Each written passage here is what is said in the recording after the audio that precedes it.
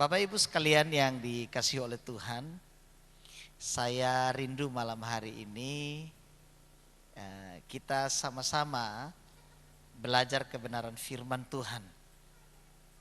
Ya, di dalam Yohanes pasal yang ketiga ayat 16. Yohanes pasal 3 ayat 16. Kalau sudah ketemu katakan amin. Ya, ayat yang sudah sering kita dengar. Kita akan baca bersama-sama. 1, 2, 3. Karena begitu besar kasih Allah akan dunia ini, sehingga ia telah mengaruniakan anaknya yang tunggal, supaya setiap orang yang percaya kepadanya tidak binasa, melainkan beroleh hidup yang kekal. Sekali lagi saya baca, karena begitu besar kasih Allah akan dunia ini, sehingga ia telah mengaruniakan anaknya yang tunggal, supaya setiap orang yang percaya kepadanya tidak binasa, melainkan beroleh hidup yang kekal. Bapak Ibu saudara-saudara sekalian yang dikasihi oleh Tuhan, malam ini firman yang saya dan saudara baca berbicara soal kasih yang besar. Kenapa kasih ini disebut sebagai kasih yang besar? Kasih Allah yang besar. Karena ketika saya dan saudara memahami dengan baik kebenaran ini, kita benar-benar menyadari bahwa keberadaan hidup saya dan saudara, baik kita secara pribadi ataupun keberadaan alam semesta ini secara umum, itu karena Allah mengasihi kita. Amin. Jadi dikatakan di sini, karena begitu besar kasih Allah, ada alasan. Karena begitu besar kasih Allah akan dunia ini. Jadi di sini Bapak Ibu Saudara sekalian yang dikasihi oleh Tuhan, melalui kebenaran ini saya dan saudara diberitahu bahwa Allah sangat mengasihi saya dan saudara, mengasihi dunia ini. Sebab apa yang ada dalam dunia ini atau dunia ini dijadikan oleh Dia. Itu sebabnya alasan kasihnya itu sungguh luar biasa. Kebenaran ini memberitahukan kepada saya dan saudara, karena begitu besar kasih Allah akan dunia ini. Sebenarnya di sini Bapak Ibu sekalian, kata dunia bukan hanya bicara soal alam semesta, tapi sebenarnya kata dunia di sini juga menunjuk lebih kepada bagaimana saya dan saudara menunjuk kepada kehidupan manusia secara pribadi yang ingin diselamatkan oleh Allah, yang dikasihi oleh Allah. Dikatakan di sini, karena begitu besar kasih Allah akan dunia ini, sehingga Ia telah mengaruniakan anaknya yang tunggal. Bapak Ibu sekalian yang dikasihi oleh Tuhan, kenapa Allah begitu peduli dengan dunia ini? Allah begitu mengasihi dunia ini, kenapa Bapak Ibu sekalian? Di sini dikatakan dunia yang saya dan saudara hidupi sekarang ini adalah dunia yang sudah dipengaruhi oleh dosa. Dunia yang sudah jatuh di dalam dosa. Termasuk saya dan saudara. Termasuk kita semua sudah jatuh di dalam dosa. Itu sebabnya di sini supaya dunia yang ada ini dipulihkan oleh Tuhan, ia mengutus anaknya yang tunggal untuk datang ke dalam dunia. Ia mengutus anaknya yang tunggal untuk datang ke dalam dunia. Sebab ada maksud dan tujuan Allah untuk dunia ini. Supaya apa di sini dikatakan? Supaya setiap orang yang percaya kepadanya tidak binasa, melainkan beroleh hidup yang kekal. Jadi tujuan Allah mengaruniakan anaknya yang tunggal, atau tujuan Yesus Kristus datang ke dalam dunia, supaya orang yang percaya kepada Yesus tidak binasa, melainkan beroleh hidup yang kekal. Ini Bapak Ibu Saudara sekalian, dunia ini butuh kasih. Dunia yang saya dan saudara hidupi sekarang ini butuh sentuhan kasih Allah. Dunia kita ini kehilangan kasih. Termasuk manusia yang ada di dalamnya kehilangan kasih. Itu sebabnya Allah harus datang dengan kasih-Nya yang dinyatakan melalui Kristus Yesus anaknya. Supaya dunia ini mengalami kasih, saya dan saudara mengalami kasih. Sebab kasih yang sesungguhnya saya dan saudara peroleh hanya ada di dalam Tuhan Yesus Kristus. Hanya ada di dalam Tuhan Yesus Kristus. Oleh karena itu Bapak Ibu Saudara sekalian yang dikasihi oleh Tuhan, firman Tuhan berkata, karena begitu besar kasih Allah akan dunia ini, sehingga Ia mengaruniakan anak yang tunggal, supaya setiap orang yang percaya kepadanya tidak binasa. Ada kata yang luar biasa di sini Bapak Ibu sekalian. Untuk meresponi kasih Allah, di sini dikatakan saya dan saudara harus percaya. Amin. Kata percaya di sini diterjemahkan dari kata pistis, ya, yang diterjemahkan juga dengan iman. Dari bahasa Yunaninya itu diterjemahkan dengan pistis, iman. Jadi iman di sini bicara soal bagaimana saya dan saudara menyerahkan diri secara total kepada Tuhan. Amin. Iman di sini ada penyerahan diri secara total, ada kepercayaan yang total kepada Tuhan. Sehingga saya dan saudara benar-benar meresponi kasih Allah itu dengan iman, dengan percaya. Makanya Alkitab berkata begini, orang percaya, orang benar akan hidup oleh imannya, gitu ya. Orang percaya, orang benar akan hidup oleh imannya. Nah, saya dan saudara dalam meresponi kasih Allah harus diresponi dengan percaya, sebab di sini supaya setiap orang yang percaya kepadanya tidak binasa. Respon terhadap kasih itu iman. Jadi saya dan saudara harus benar-benar memiliki iman yang sungguh kepada Tuhan Yesus Kristus. Banyak orang yang mengaku diri orang percaya, tapi tidak benar-benar memiliki iman kepada Tuhan. Mengaku percaya tapi tidak benar-benar memiliki iman. Ini Bapak Ibu sekalian. Sehingga di sini dikatakan setiap orang yang percaya kepadanya tidak binasa. Ada akibat ketika saya dan saudara percaya kepada Tuhan. Yang pertama, saya dan saudara tidak binasa. Amin. Jadi orang yang percaya kepada Tuhan itu tidak binasa. Dan yang kedua, orang yang percaya kepada Tuhan itu mendapat hidup yang ada dua hal. Oleh karena itu Bapak Ibu Saudara sekalian, iman saya dan saudara itu membuat kita ini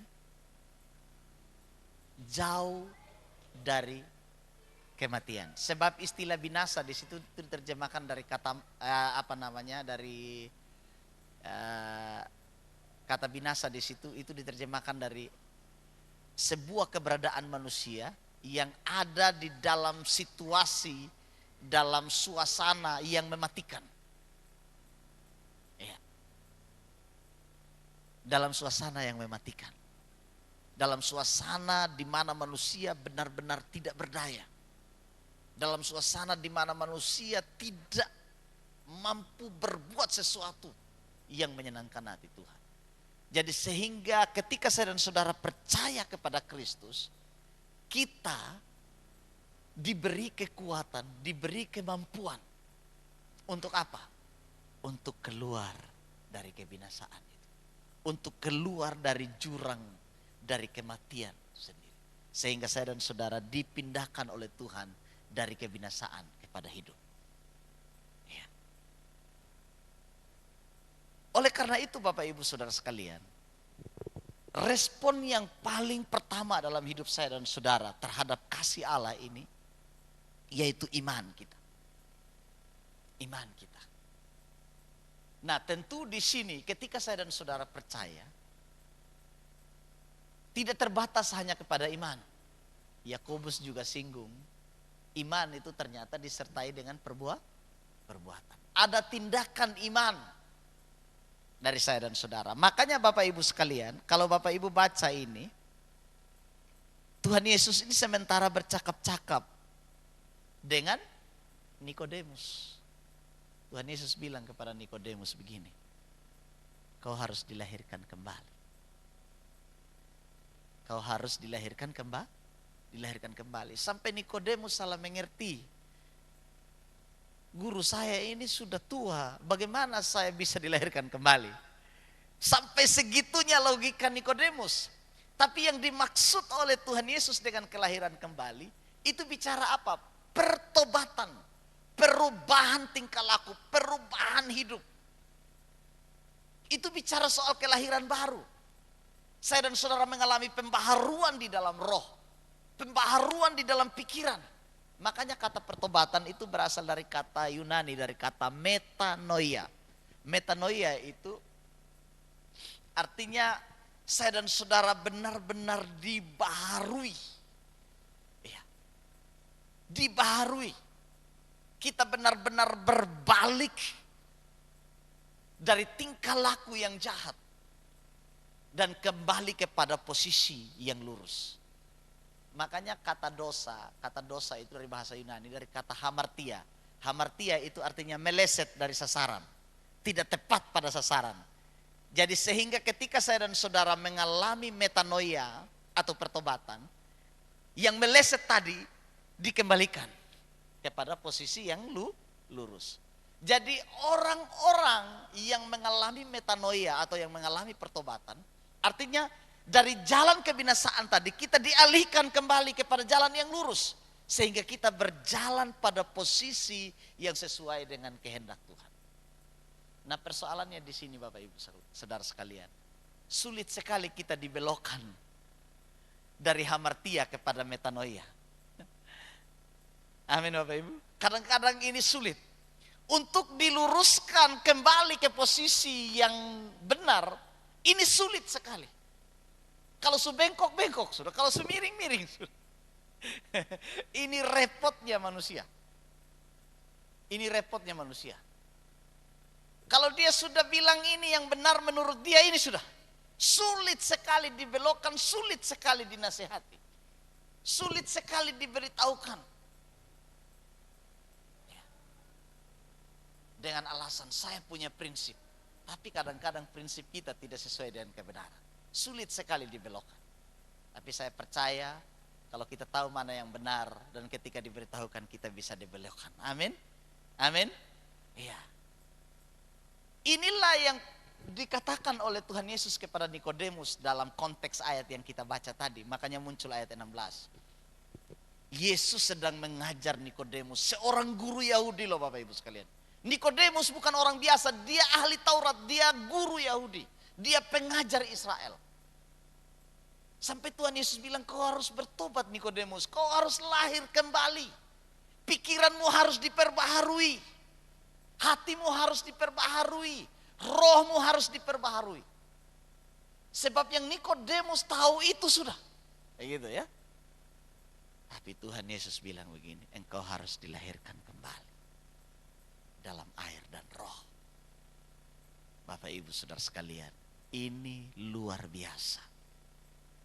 Ini luar biasa.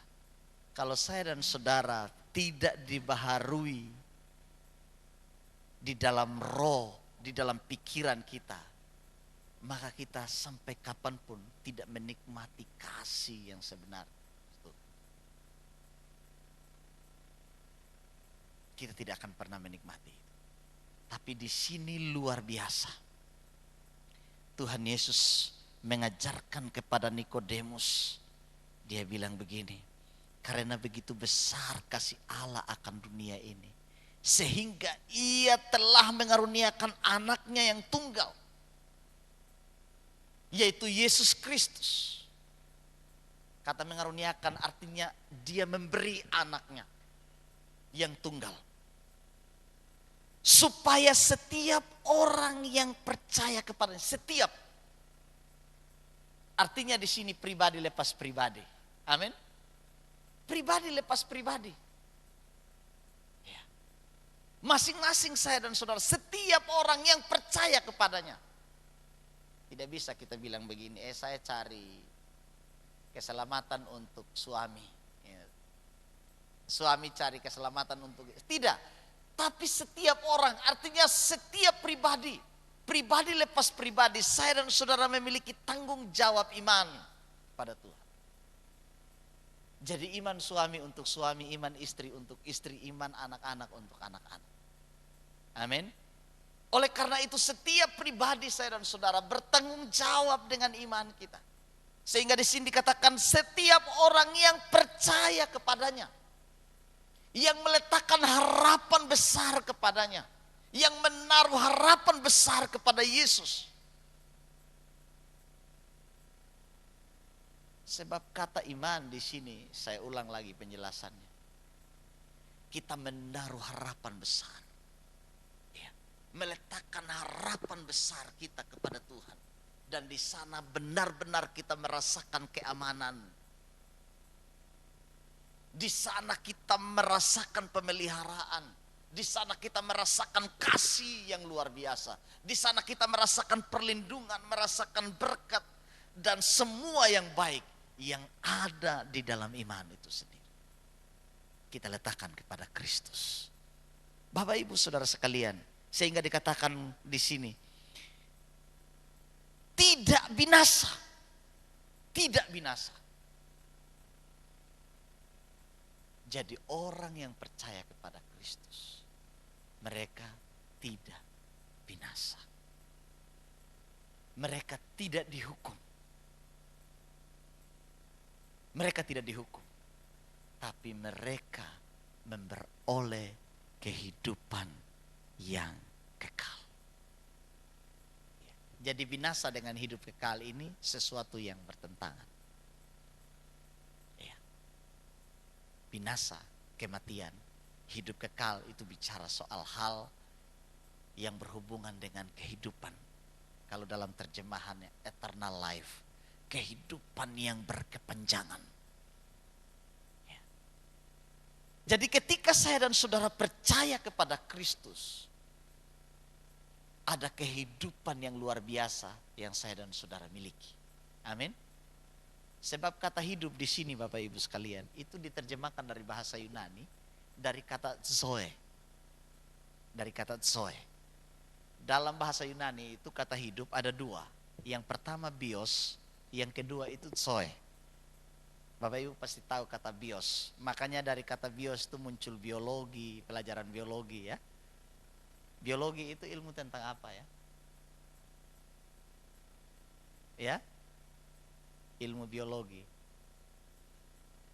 Iya, ilmu biologi ya, tentang kehidupan yang ada di sekitar kita yang kita pelajari ya. Bios, kehidupan yang nampak ini. Ya, mungkin tentang tumbuh-tumbuhan kah, tentang kehidupan hewan kah, apa bios yang kelihatan.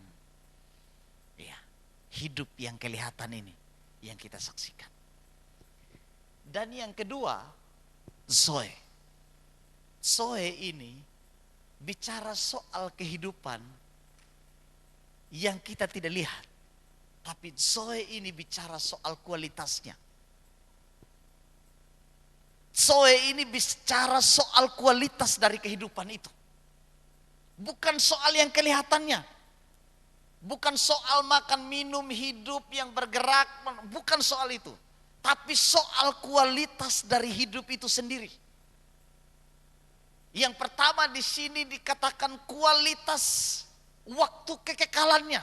Bahwa hidup ini berkepanjangan terus menerus sampai selama-lamanya. Kemudian dalam kualitas kekekalan itu, dalam kualitas waktu yang panjang itu, ada penyertaan yang luar biasa dari Tuhan. Disitulah letak kekekalan atau kualitas kehidupan saya dan saudara. Jadi ketika kita percaya kepada Kristus, hidup kita diubah dari hidup yang tidak berkualitas menjadi hidup yang berkualitas. Amin. Dari hidup yang tidak berharga menjadi hidup yang berharga. Dari hidup yang tidak baik menjadi hidup yang baik. Inilah sebenarnya yang kita cari di dalam Tuhan. Sebab kalau kita dalam hidup ini hanya mencari yang bios, hanya mencari yang bios, yang kelihatan, makan, minum, hidup, bergerak, bekerja, berusaha dunia. Betapa kecilnya kualitas kehidupan kita. Betapa terbatasnya hidup saya dan saudara. Kalau kita hanya mengutamakan dan mencari yang bios ini. Makanya Tuhan memberitahukan kepada saya dan saudara untuk mempercayai Yesus dengan sungguh-sungguh supaya kualitas hidup kita ini berubah menjadi lebih baik. Menjadi kualitas yang berkepanjangan, kualitas yang dikatakan selama-lamanya. Kualitas kekekalan. Oleh karena itu Bapak Ibu Saudara sekalian yang dikasih oleh Tuhan, harus dipastikan hidup kita menjadi hidup yang berkualitas di dalam Tuhan. Kita bukan dilarang untuk bekerja, berusaha dalam dunia yang bios ini ya, yang kelihatan ini, yang menikmat. Itu memang berkat Tuhan. Tapi jangan lupa zoenya, amin. Jangan lupa kualitasnya. Jangan lupa kualitasnya. Nah, kualitas kekekalan itu ditentukan dari apa? Dari iman saya dan saudara kepada Tuhan. Sebab barang siapa yang percaya kepadanya beroleh hidup yang kekal. Berarti kualitas kehidupan kita dari iman kita kepada Kristus. Yang dimulai dari kapan? Mulai dari sekarang. Mulai dari sekarang. Untuk mempertahankan kualitas kekekalan itu harus dikerjakan mulai dari sekarang. Makanya Bapak Ibu, kita ada ibadah, ada doa, pujian, penyembahan, perenungan firman Tuhan dan lain sebagainya. Itu sedang mempersiapkan kualitas hidup yang kekal. Amin. Amin. Kita sedang mempersiapkan kekekalan. Banyak orang yang tidak memikirkan soal kekekalan. Sehingga kalau mau bilang doa, saya tidak ada waktu. Mau bilang ibadah, nanti saja. Mau bilang pujian, penyembahan, nanti saja. Bapak Ibu sekalian, kita tidak menyadari itu. Kita tidak sadar itu. Tapi kebenaran Tuhan mengingatkan saya dan saudara bahwa kualitas kehidupan itu harus dipersiapkan mulai dari sekarang. Bukan pada saat kita mau napas satu-satu baru kita mulai, Tuhan saya serahkan nyawaku ke dalam tanah. Bukan. Dari sekarang kualitas itu harus diperhatikan. Sekali-sekali coba berpikir soal kekekalan. Amin. Amin Bapak Ibu. Amin Bapak Ibu. Sebab satu waktu kita semua ini pasti pulang. Kita semua ini pasti pulang menuju kekekalan. Nah sebelum pulang harus dipersiapkan. Itu Bapak Ibu sekalian. Makanya Tuhan Yesus ingatkan Nikodemus. Nikodemus, kau harus dilahirkan kembali. Kau harus dilahirkan kembali. Artinya untuk menuju kepada kualitas kekekalan itu, selain iman, ada kelahiran kembali, ada pertobatan, ada kehidupan yang dipraktekkan dalam perbuatan, ada iman yang dipraktekkan dalam perbuatan.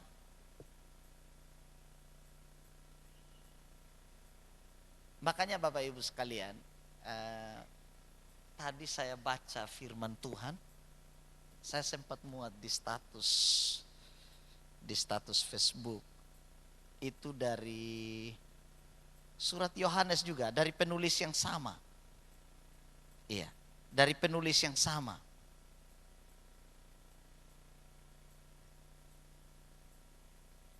Dari penulis yang sama, dari satu Yohanes pasal 3.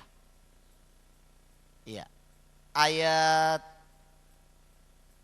15 sampai 18 di situ. Saya sempat muat di status Facebook. Iya. Setiap orang yang membenci saudaranya adalah seorang pembunuh manusia. Dan kamu tahu bahwa tidak ada seorang pembunuh yang tetap memiliki hidup yang kekal dalam dirinya. Demikian kita ketahui kasih Kristus, yaitu bahwa ia menyerahkan nyawanya untuk kita. Jadi kita pun wajib menyerahkan nyawanya untuk saudara-saudara kita. Barang siapa mempunyai harta duniawi dan melihat saudaranya menderita kekurangan, tetapi menutup pintu hatinya terhadap saudaranya itu, bagaimana kasih Allah dapat tetap di dalam dirinya?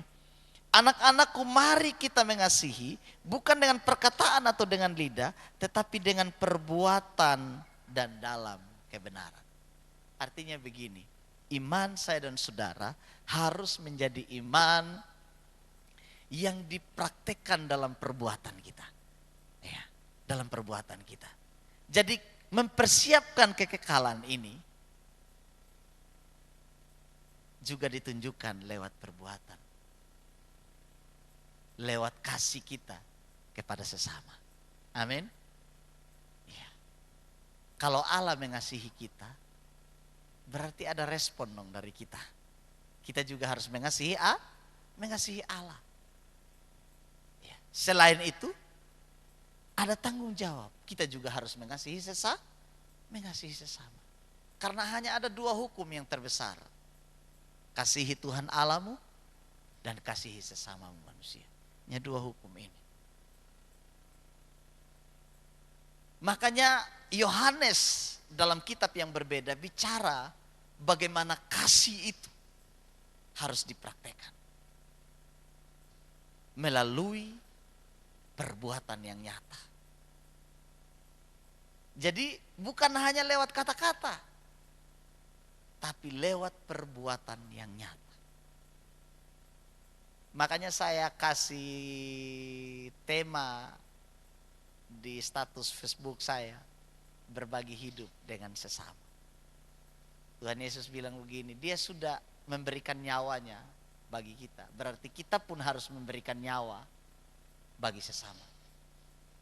Pertanyaannya, bisa tidak kita beri nyawa bagi sesama? Nyawa itu bicara hidup. Ya, nyawa itu hidup. Jadi nyawa di sini bukan berarti kita mau mati bagi sesama, ya. Jangan salah juga. Ya. Nyawa di sini itu bicara hidup. Berbagi hidup dengan sesama. Berbagi kasih dengan sesama. Berbagi kebaikan dengan sesama. Berbagi apa yang ada pada kita dengan orang lain. Itu nyawa. Itu hidup saya dan saudara. Oleh karena itu Bapak Ibu sekalian, Tuhan sudah menyerahkan nyawanya untuk saya dan saudara sebagai bukti dari kasih-Nya pada kita. Lalu bukti kasih kita kepadanya apa? Apalagi kan ini orang bilang ini tanggal 14 hari Valentine, ya. Bicara soal hari kasih sayang di luar pemaknaan yang lain soal hari kasih sayang itu. Tapi Kasih Kristus yang diberikan kepada saya dan saudara. Itu melalui pemberian hidup, berbagi hidup. Dia beri nyawanya bagi saya dan saudara. Kita beri apa bagi Tuhan? Itu pertanyaannya. Kita mau kasih apa sama Tuhan? Kasih nyawa kita? Kasih hidup kita bagi Tuhan? Satu waktu Tuhan Yesus tanya kepada Petrus, bilang begini, Simon anak Yohanes, apakah engkau mengasihi aku? Petrus bilang, engkau tahu Tuhan, aku mengasihi engkau. Tuhan Yesus tanya lagi, Simon anak Yohanes, apakah engkau mengasihi aku? Engkau tahu Tuhan, aku mengasihi engkau. Tuhan Yesus tanya lagi yang ketiga, Simon anak Yohanes, apakah engkau mengasihi aku? Kemudian di situ dikatakan, maka sedihlah hati Petrus. Sedihlah hati Petrus karena Tuhan bertanya untuk ketiga kali. Ya. Artinya begini Bapak Ibu sekalian. Kasih saya dan saudara kepada Tuhan harus menjadi kasih yang nyata dalam hidup kita. Petrus ditanya oleh Tuhan Yesus sampai 3 kali. Petrus itu pernah gagal. Pernah gagal. Dia sangkal Tuhan Yesus 3 kali. Sangkal Tuhan Yesus 3 kali. Jadi pertanyaan itu sebenarnya adalah pertanyaan pemulihan kasih. Pertanyaan pemulihan supaya membuat Petrus itu tersadar bahwa ia pernah gagal. Saya dan saudara pun pernah gagal. Amin. Pernah tidak? Kita mungkin gagal jadi suami yang baik bagi istri, gagal jadi istri yang baik bagi suami, gagal jadi saudara yang baik bagi saudara yang lain, gagal jadi tetangga yang baik bagi tetangga yang lain. Namun dengar, kasih itu memulihkan. Amin. Amin. Kasih itu memulihkan. Oleh karena itu, malam ini dengan kasih yang telah Tuhan beri bagi saya dan saudara, akan menjadi kasih yang menutup banyak sekali dosa, kata Alkitab. Ya, kasih itu menutup banyak sekali dosa. Bukan menyembunyikan dosa ya, tapi kasih itu menutupi dosa. Kasih itu lebih besar dari dosa.